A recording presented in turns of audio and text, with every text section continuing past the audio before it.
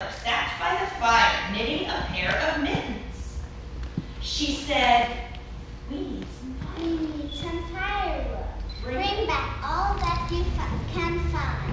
The little boy said, "Yes, grandmother."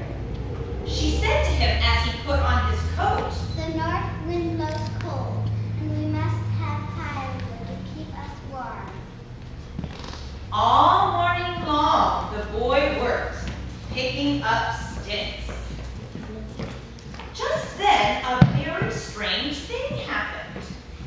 Just as the boy picked up one last stick, he dropped one of his mittens in the snow. Now, how a boy could do this on the coldest day of winter, I'll never know. Off he went with his load of wood, and he left his mitten lying left on the snowdrift. As soon as he was out of sight, a family of little mice came scurrying through the woods. They were very cold, and they spied the boy's mitten with the feathery fur cuff. They popped right in. Mother Mouse said, "Just the right size for a tiny mouse family." Presently, a green frog came pip-popping over the snow. Rabbit! She saw the mitten and said, "Anybody home?" Father Mouse said, "Only us. Come in quickly before you freeze." as soon as they were settled snug inside, an owl flew down. "Hoot, hoot, hoot, hoot." She asked, May I join you at anything? Frog said, If you mind your manners. Sister Mouse said, If you don't wiggle around too much. Baby Mouse said. It's a bit tight in here. It wasn't long before a rabbit popped down the corner of the path. She said, Is there room for me in this nice warm mitten? It's awfully cold out here. but before the rabbit had got herself tucked in, remember we weren't going to sit next to each other. We were going to sit on the side. Yep, you're going to move right now. It's not appropriate. Yep, it's the show we want to need to watch. But before she had gotten herself tucked inside, a fox trotted up to the mitten. Fox said, What a bitter wind. May I please join you in there?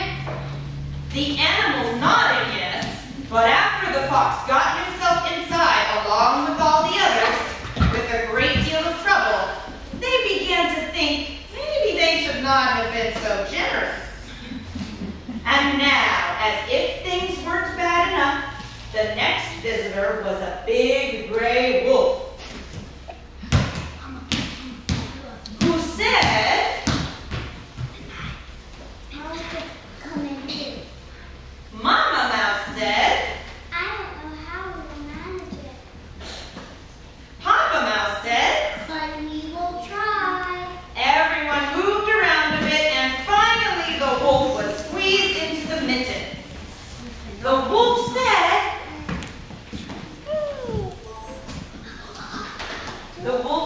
it's very, Wolf, it's very crowded. Hey, Wolf, it's very crowded. It's very crowded, but at least it's warm. Things had gotten arranged nicely when all of the animals heard something. It was a wild boar. He said, It's awfully cold out here, and I'm very anxious. I'm very anxious to get out of the wind. Baby Mouse cried. Oh dear. Sister Mouse said. We just don't have any more room. The mitten was beginning to stretch a little. The boar said, Be careful. and with that he squeezed himself inside along with the mice and the frog, the owl, the rabbit, and the fox, and the wolf. But the worst was yet to come. But who should appear now but a bear? He was a big bear and very cold. The animals cried, "No! No! Before the bear even had a chance to speak, the bear said, "No sense. There's always room for one more." And without so much as a please or thank you, he began crawling into the mitten. He put his paw in first, and the mitten creaked and groaned. Oh! He put his other paw in one of the seed spots. Oh no! He took a big breath and pushed himself in. Now, while this was going on, along came a little black cricket.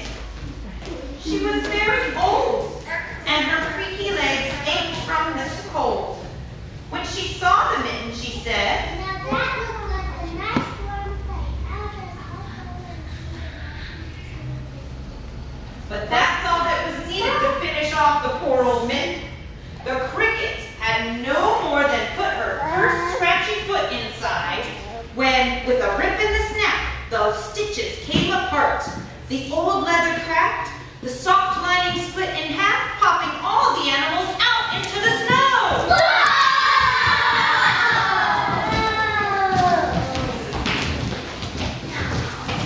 Well, at that moment, the little boy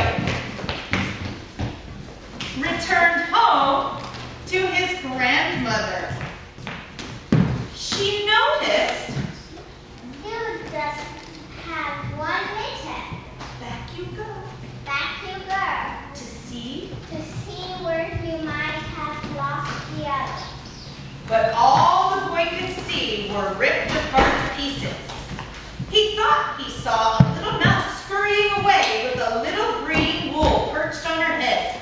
It looked very much like the thumb of the missing mitten. The boy said, Oh well, my grandmother will surely have my new mittens finished by now. and then he hurried home with the north wind nipping at his cheeks. The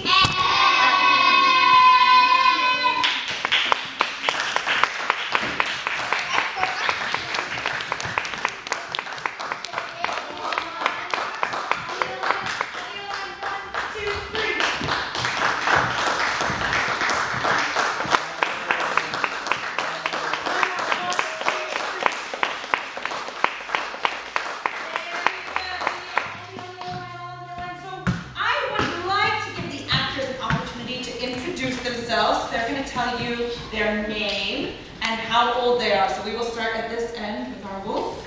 Hello, my name is Glenn, and I'm 5. Hello, my name is Jonathan, and I'm 5.5.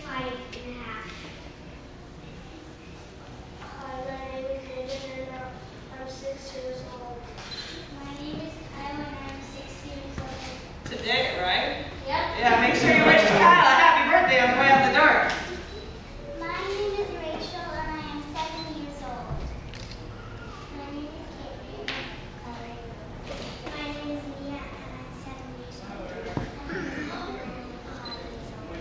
My name is Lana, and I'm 7 years old. Lana also did surprise double duty today when grandmother called in sick. So thanks to her for jumping in. I'm 6 years old. I'm Yana, and I'm 6 years old. I'm Brandon, and I'm 5.5 years old. Good. And Emily, can you do yours one more time? I think I was talking and you were talking. Can you say yours one more time for us? I'm Lana, and I'm 7 years old. And Emily? 5 years old. Can we give our actors a huge...